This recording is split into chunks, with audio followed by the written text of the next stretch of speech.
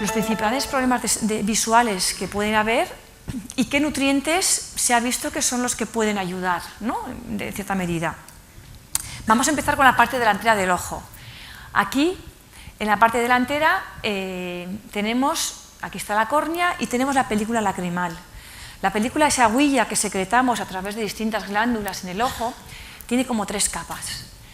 Tiene aquí como un aceitito, luego tiene una zona acuosa y aquí una zona mucosa.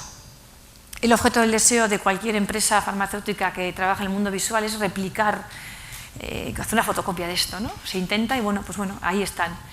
Pero podemos un poco también ayudarle ¿qué problema nos vamos a encontrar aquí? Nos vamos a encontrar el ojo seco. El ojo seco es una entidad que pueden tener personas que utilizan lentillas habitualmente, pero también lo podemos encontrar mucho en las mujeres en el climaterio. Cuando hay este cambio hormonal, tener en cuenta que las mujeres, nuestra principal hormona son los estrógenos. Pero también tenemos andrógenos, ¿vale? Las glándulas adrenales, que son como unas boinas que están sentadas encima de los riñones, fabrican hormona masculina, andrógenos. Tenemos testosterona. ¿Qué es lo que ocurre? Que en la edad fértil hay tan cantidad de estrógenos que como que están como muy diluidos los otros, apenas se les nota. Pero a medida que vamos poco a poco aproximándonos al climaterio, van bajando los estrógenos, van bajando y estos siguen igual, estos no cambian. Y van bajando y al final bajan que se quedan en 0 patatero y estos siguen igual.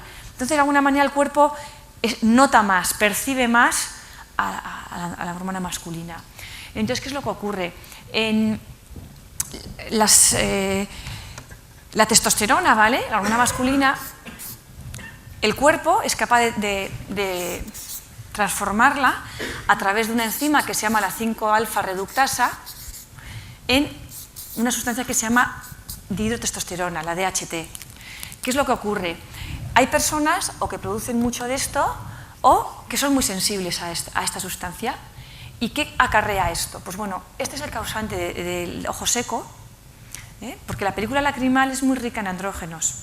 Entonces, en esas edades, como se perciben más, pues bueno, es uno de los factores que contribuyen al ojo seco. Este es el culpable de que los hombres pierdan el pelo, de la alopecia masculina, androgénica, y de que tengan la hipertrofia de próstata, de que crezca. Entonces, el tipo de fármacos que se dan para la alopecia o para la hipertrofia de próstata son fármacos que son inhibidores de esta enzima, que impiden que esto se transforme. Entonces, solamente funcionan mientras lo utilices. Pues bueno, el DHA también tiene un cierto efecto a este nivel. Y eso explica que estas personas puedan tener una mejoría de ese ojo seco. También vale para la hipertrofia femenina de próstata el DHA. Lo que pasa es que en un ojo seco yo utilizaré, depende de la severidad, entre 2 gramos día o alterno un día 2, otro 1, depende, ¿vale? Y en cambio, en una hipertrofia de próstata utilizaré 3 o 4 gramos. Es decir, que aunque el mecanismo sea distinto, es el mismo, como son aplicaciones distintas, la dosis requerida va a ser distinta. El pelo, pues sí, a ver, hay gente que les da una pelusilla, pero no va a ser un pelucón, ¿vale? O sea, que eso que lo digáis claro. Entonces, bueno, pues si hay gente que nota, si toma 4 gramos, nota como un algo, o que se le cae menos, nota algo, pero es más anecdótico, ¿eh? No es un crecepelo aquí de los vaqueros que van con el líquido milagroso, ¿no? Que vale para todo, esto no va a ser esto. Entonces, esta es una área, pues mucha gente que a lo mejor toma el DHA para otras cosas puede notar que le mejora el ojo seco. Este es el mecanismo que está detrás. Una parte donde es un crack el DHA también va a ser en la córnea. Cuando hay daños en la córnea o úlceras, hay ya bastantes estudios de cómo la regeneración de los nervios de la córnea es mucho más rápida cuando tomas dosis adecuadas de DHA. Es muy bueno haciendo esto, ¿vale? Y hay un mecanismo que lo explica. Entonces, en este sentido, va muy bien. Incluso la gente que tiene lentillas, que a veces tiene lo que se llama un moldeado por uso y abuso, moldeado corneal por uso y abuso de lentillas. Es decir, esas lentillas es como que erosionan un poco de ese contacto y entonces ayuda mucho en este sentido. Y luego otra cosa que es interesante, el DHA no va a quitar dioptrías, ¿vale? Una persona que tiene un problema visual, el que sea, tomando un ácido graso de estos, no, el que es miope y sigue siendo miope, y el hipermétrope, etc.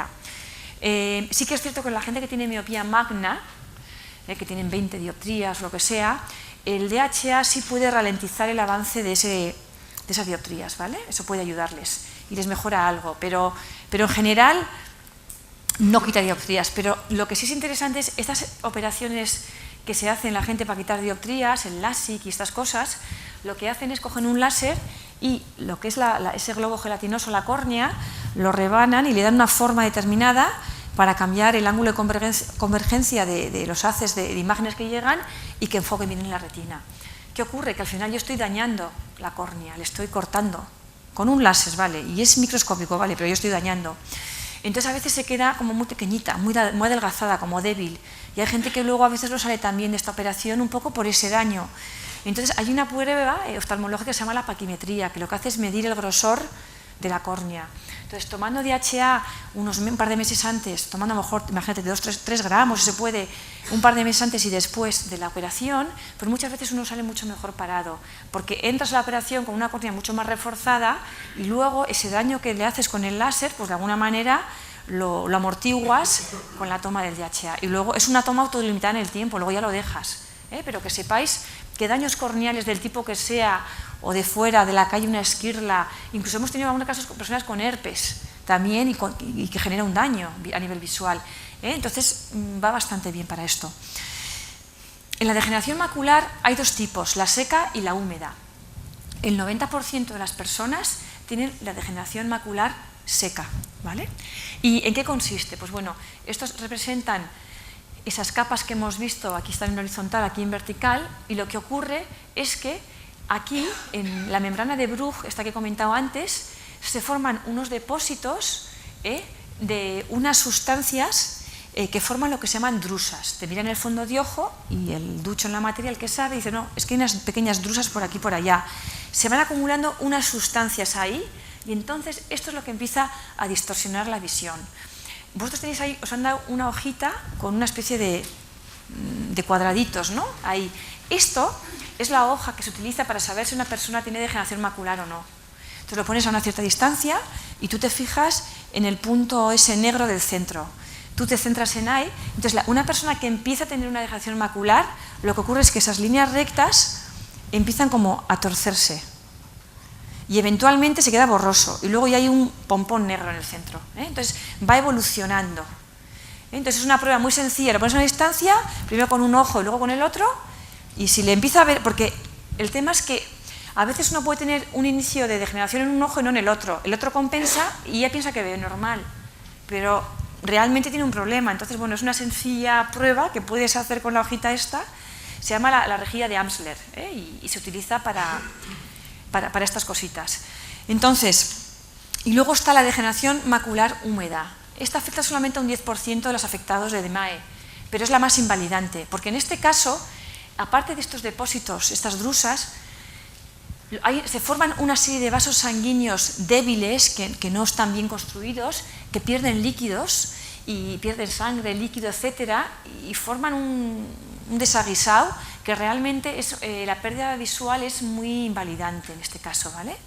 Entonces, mirad, esto es como sería esto es como lo que se tendría que ver en caso de que no se... Esto cuando se ve bien, y esto es lo que le ocurre con la rejilla de Amsler, en una persona que ya empieza... Esto puede ocurrir que a lo mejor miras una ventana, las persianas y las ves como torcidas, o cosas rectas de referencia que tengas y la ves un poco como ondulado, es así como empieza. Y entonces luego eventualmente, claro, como la mácula es la zona del central de la retina, entonces lo que ocurre a estas personas cuando ya está avanzado es que la visión central la van perdiendo y la periférica la mantienen. Entonces por el rabillo del ojo ven, pero lo que es lo que de frente, eso es lo que se va deteriorando, ¿vale? Y entonces, bueno, pues este mismo paisaje es como ir evolucionando una persona que tiene DMAE, que les ves por la calle a veces que algunas gafas muy oscuras, así muy tapados, tal, bueno, pues es esto. Entonces, ¿qué nutrientes son interesantes? Pues uno, por supuesto, es muy interesante el DHA, dosis por lo menos de 2 gramos, 4, ¿por qué? Porque yo he visto que con el NUA DHA 1000, dando 2 perlas al día, mucha gente, digamos, sana, que no tiene DMAE, ya nota como que ve más limpio, más nítido. Incluso gente que te dice, no, mira, es que tomo esto y ya no me hace falta, gente que tiene presbicia, dice, no me hace falta ya para algunas cosas las gafas, ¿no? Que veo mejor. no está quitando la presbicia, lo que está haciendo es que le está como refrescando de DHA a la mácula y está haciendo que funcione mejor y entonces ves más nítido, más limpio, digamos, ¿vale? Pero ya si tienes un problema declarado con una cierta entidad, pues puedes hacer falta hasta 3-4 gramos, ¿vale? Pero luego también hay algunos minerales que son interesantes a nivel de retina, como son el zinc. El zinc es el mineral mayoritario en la retina, ¿no? Y luego vitaminas antioxidantes, la luteína y zeaxantina, que vamos a hablar luego de ellas, son también pigmentos carotenoides interesantes a nivel de retina. Y otros que podemos encontrar, la taurina es el principal aminoácido del ojo, del sistema visual en la retina, el arándano azul con antocianidinas, pues son algunos de los ingredientes que podemos encontrar en preparados a nivel visual, ¿vale? Luego hablaremos un poco de la letra pequeña y los trucos que pueden o no tener cada uno. La retinopatía diabética, los diabéticos, pues el azúcar, pues uno de los efectos que tiene en el tiempo es un deterioro vascular importante y a nivel visual es muy patente y bueno, pues muchos se quedan ciegos y ese es el tipo de visión que tiene. Hombre, estos son el tipo de vitaminas que pueden ayudar a ese nivel, pero lógicamente en estos enfermos lo importante es a nivel sistémico, es decir, controlar a nivel general, ¿no? Porque si tú controlas el resto, pues el ojo también mejora, ¿no? El glaucoma. El glaucoma le llaman la ceguera silenciosa, porque esto es un proceso que bueno, arranca y no te enteras que está ahí. Entonces vamos a entender lo que es el glaucoma, ¿vale? Aquí en el ojo tenemos aquí el cristalino, aquí tenemos la gelatina en la córnea y aquí, este es el iris de nuestro color, yo tengo el color tirando a verde, cada uno de un color. Entonces aquí hay una cosa que se llama el cuerpo ciliar, es una estructura que genera un líquido que lubrica el ojo. Ese líquido va por aquí y tiene un desagüe por aquí. Esta zona trabecular va a bañar el ojo y luego por aquí te sales. Y luego aquí atrás tenemos el nervio óptico. ¿Qué es lo que suele ocurrir? Puede ocurrir esto, que el líquido quiere salir, pero está atascado el desagüe. No tiene por dónde salir, entonces se acumula el líquido, la presión aumenta en el ojo y esa presión daña el nervio óptico, que estaba aquí y lo hunde para adentro. Entonces, el glaucoma es un daño en el nervio óptico. Entonces, generalmente es por una presión intraocular elevada. Pero ojo, también, al principio se pensaba que solamente se debía a esto, pero existen glaucomas en los cuales la presión intraocular o PIO, que es como se llama, es normal. Entonces, sí suele ser habitual que cuando está elevada daña el nervio óptico, pero también, y no se sabe todavía muy bien, es otro caso, el por qué ocurre que también se puede llegar a dañar sin estar elevada la tensión. Entonces suele ser generalmente porque esto está atascado,